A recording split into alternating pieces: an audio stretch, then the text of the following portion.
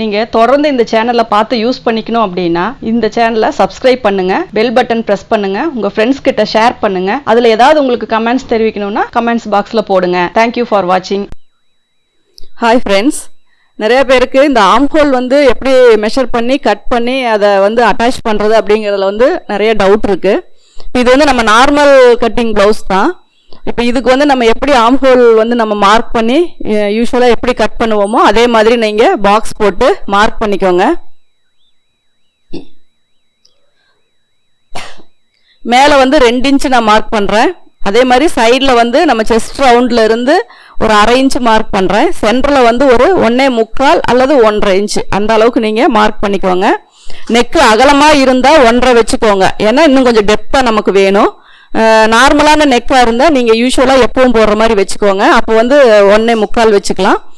அதே வந்து உங்களுக்கு பேக் நெக் ரொம்ப வைடாக இருக்குது அப்படின்னா நீங்கள் இன்னும் ஆர்ம்ஹோல் வந்து நல்லா டெப்த் பண்ணி வெட்டணும், ஏன்னா அந்த சுருக்கு வந்து அப்போ தான் உங்களுக்கு வந்து குறையும்.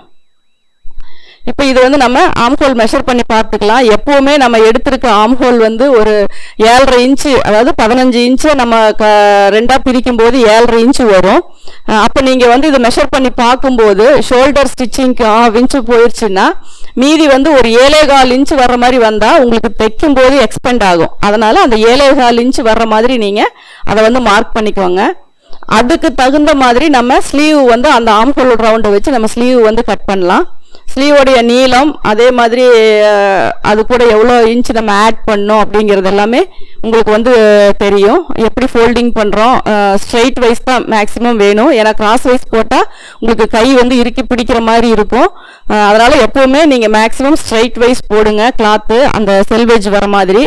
சப்போஸ் உங்களுக்கு டிசைன் வந்து கிராஸாக வருது அப்படின்னா நம்ம அது மாதிரி தான் வச்சாகணும். இப்போ பார்த்தீங்கன்னா உங்களுக்கு கை வெட்டுறதும் நம்ம பேக் வெட்டுறதும் வந்து ஒன்று டிபெண்ட் பண்ணி தான் வரும். ஏன்னா அந்த அளவு எப்படி இருக்கோ அதே அளவுக்கு தான் நம்ம வெட்டணும். அப்போ தான் உங்களுக்கு வந்து அந்த சைடில் ஜாயின் பண்ணும்போது ஈக்குவலாக உங்களுக்கு மெட்டீரியல் வரும்.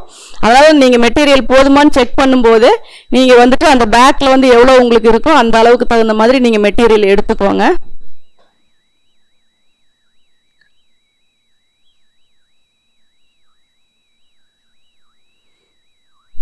அதுக்கப்புறம் எப்பவும் போல் உங்களுக்கு கையோட நீளம்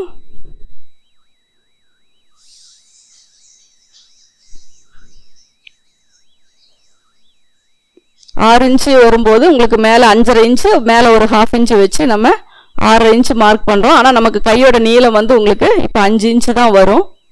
அதுக்கு கீழே 3.5 இன்ச்சு. இந்த 3.5 இன்ச்சு வந்து நிறைய பேர் டவுட் கேட்டிருக்காங்க, இந்த 3 இன்ச்சே தான் வைக்கணுமா இல்லை அதை விட அதிகம் குறைக்கிறது பண்ணலாமா அப்படின்னு. நம்ம வந்து நார்மலாக ஓரளவுக்கு ஃபேஷனாக தைக்கிற ப்ளவுஸுக்கு எல்லாமே 3.5 இன்ச்சு தான் வேணும். நல்லா கை லென்த்து வச்சு கொஞ்சம் வயசானவங்க அப்படின்னா உங்களுக்கு ஒரு 2 இன்ச்சு நீங்கள் வச்சிங்கன்னா கூட போதும். அந்த கையோடைய அந்த ஷேப்புக்கு தகுந்த மாதிரி அந்த அளவை வந்து நீங்கள் குறைச்சிக்கலாம். இப்போ வந்து கீழே அண்டர் ஆர்ம்ஹோல் கீழே வர ஸ்லீவ் வந்து லென்த்தாக வேணும் அப்படின்னா அந்த 3.5 இன்ச்சை நீங்கள் வந்து குறைச்சிக்கலாம். ஏன்னா ரொம்ப ஷார்ட் ஸ்லீவ் வைக்கும்போது உங்களுக்கு வந்து அந்த அளவு வந்து 4.5 இன்ச்சு நீங்கள் வைக்கும்போது நீங்கள் 3.5 இன்ச்சு வச்சா கீழே வந்து உங்களுக்கு 1 இன்ச்சு தான் வரும். அதனால் அந்த மாதிரி வர்றதுக்கு எல்லாமே நீங்கள் வந்து அந்த மேலே வர அளவை 2.5 இன்ச்சை நீங்கள் குறைச்சிக்கலாம். அப்போ கீழே வந்து உங்களுக்கு ஒரு 1 இன்ச்சு வந்து எக்ஸ்டர்னாக நமக்கு வந்து கிடைக்கும். இப்போ அதே மாதிரி ஆர்ம்ஹோல் வந்து நம்ம எல்லா மார்க்கிங்குமே பண்ணுறோம். அந்த சென்டர் கிராஸ் போட்டிருக்கிறது வந்து நம்ம ஆர்ம்ஹோல் ரவுண்டில் 1/2 ரவுண்டு வைக்கிறோம். இதுவுமே வந்து நீங்கள் 7.25 வர்ற மாதிரி வச்சிங்கன்னா போதும். ஏன்னா உங்களுக்கு வந்து நார்மல் ப்ளவுஸ் அப்படின்னா ஃப்ரண்ட் கிளாத் வந்து எக்ஸ்பெண்ட் ஆகாது. எல்லா ப்ளவுஸுக்குமே பேக் வந்து ஸ்ட்ரெயிட் தான் போடுவோம். ஃப்ரண்ட் மட்டும்தான் கிராஸ் கட்டிங்க்கு கிராஸாகவும் ஸ்ட்ரெயிட் கட்டிங்க்கு நேராகவும் போடுவோம். அதனால் ஃப்ரண்ட் வந்து நமக்கு எக்ஸ்பெண்ட் ஆகாது. என்ன அளவு நீங்கள் கட் பண்ணுறீங்களோ அதே அளவு ப்ளவுஸுக்கும் அதே மாதிரி அப்படியே சீட்டிங் அப்படியே வரும் உங்களுக்கு.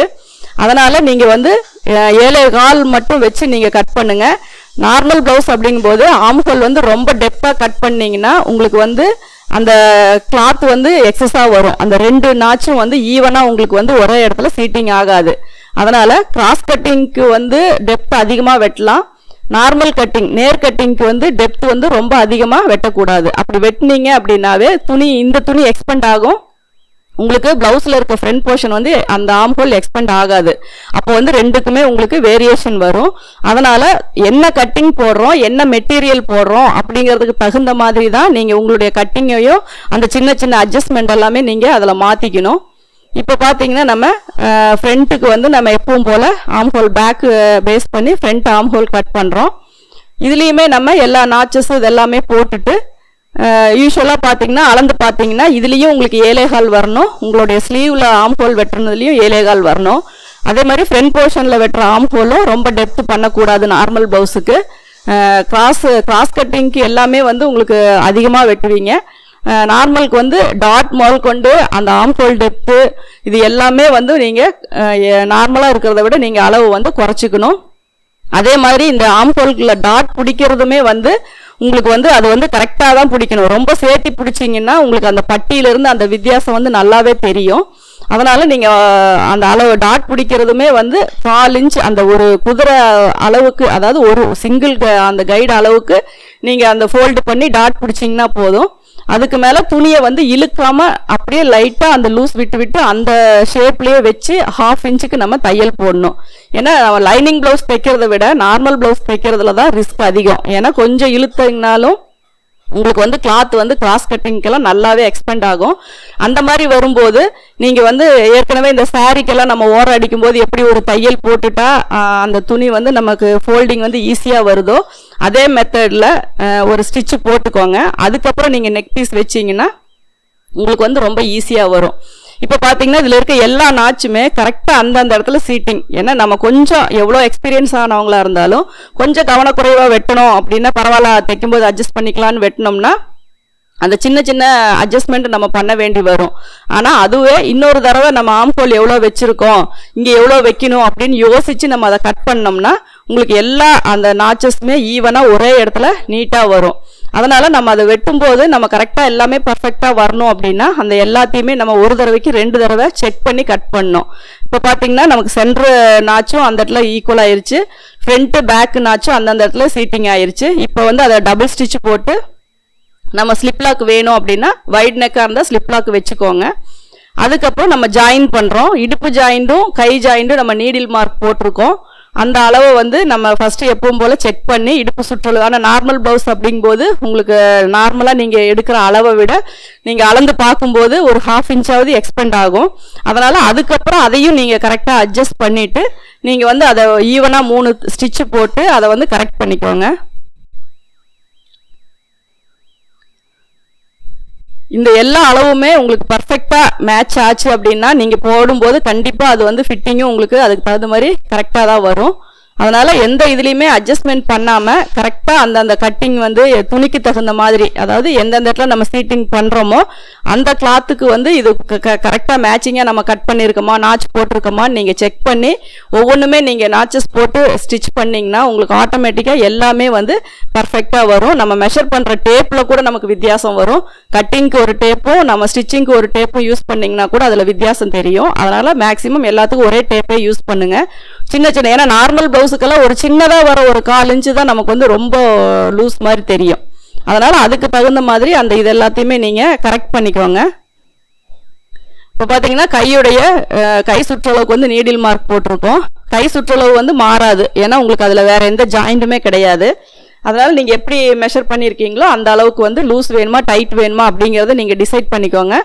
அதுக்கு தகுந்த மாதிரி ஃப்ரண்ட்டில் மட்டும் கொஞ்சம் ஸ்லீவ் தூக்கின மாதிரி இருக்கணும் அப்படின்னா நீங்கள் இன்னொரு 1/2 இன்ச்சு லூஸ் வச்சுக்கோங்க. நார்மலாக இருக்கிறத விட ஸ்லீவ் கொஞ்சம் தூக்கிட்டு இருக்கணும் அப்படின்னு தான் இப்போ நிறைய பேருக்கு எதிர்பார்க்குறாங்க. அந்த மாதிரி இருக்கும்போது நீங்கள் நார்மலாக எடுக்கிற அளவை விட ஒரு 1/2 இன்ச்சு சேர்த்திக்கோங்க. சேர்த்தனதுக்கப்புறம் நீங்கள் அந்த ஜாயின் போடும்போது நீங்கள் மேக்ஸிமம் பாடியோட நாச்சஸை மட்டும் பாருங்கள். சப்போஸ் உங்களுக்கு வந்து ஸ்லீவில் வர அந்த நாச்சஸ் வந்து ஈவனாக வரல அப்படின்னு நீங்கள் ஃபீல் பண்ணிங்கன்னா அது வந்து ப்ராப்ளம் இல்லை. அது சின்ன சின்ன மிஸ்டேக்கு படிப்படியாக ஸ்டெப்பாக அதை கரெக்ட் பண்ணிக்கலாம்.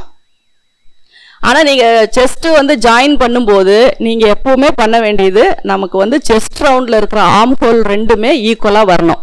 அப்போ தான் உங்களுக்கு வேர் பண்ணும்போது கையில் அந்த மிஸ்டேக் வந்தாலும் உடம்பு எல்லாமே ஃபிட்டிங்காக உங்களுக்கு வரும். அதனால் அந்த அளவை வந்து நீங்கள் கரெக்ட் பண்ணிக்கோங்க. இப்போ ஏற்கனவே நம்ம போட்டிருக்கிறத விட இன்னும் கொஞ்சம் டைட் வேணும் அப்படிங்கிறதுக்காக அந்த ஒரு பாயிண்ட் வந்து நம்ம கொஞ்சம் தள்ளி ஒரு கிராஸ் ஸ்டிச் போடுறோம். மேக்ஸிமம் இந்த சைடு தையல் போடும்போது நீங்கள் உடம்புக்கு தகுந்த மாதிரி போடுங்க. ஒரு சிலர் வந்து நல்லா பாடியாக இருப்பாங்க, சைட்லலாம் அவங்களுக்கு அந்த மசில்ஸ் தெரியும். அப்படி இருக்கும்போது லைட்டாக அந்த இது வந்து பெண்ட் பண்ணி போடுங்க.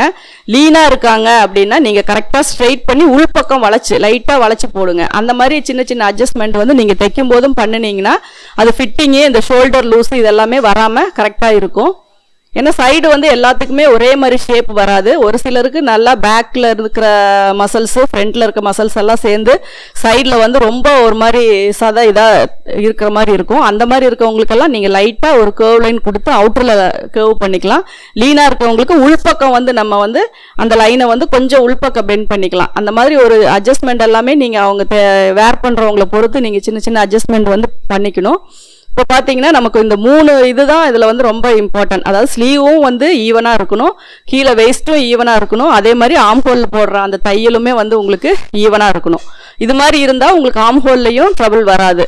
ஏன்னா இழுத்த மாதிரி இருக்காது, அந்த பேக்கில் வர அந்த லூஸ் வராது. அந்த மாதிரி எல்லாம் நீங்கள் கட்டிங் போடும்போது அதெல்லாம் பார்த்து நீங்கள் கட்டிங் போட்டு அந்த அளவெல்லாம் ஒரு தடவைக்கு 2 தடவை நாச்சஸ் எல்லாம் கரெக்ட் பண்ணீங்க அப்படின்னா ஆட்டோமேட்டிக்காக உங்களுக்கு வந்து அது ஃபினிஷிங்காக ஸ்லீவ் வந்து இருக்கும். Thank you viewers.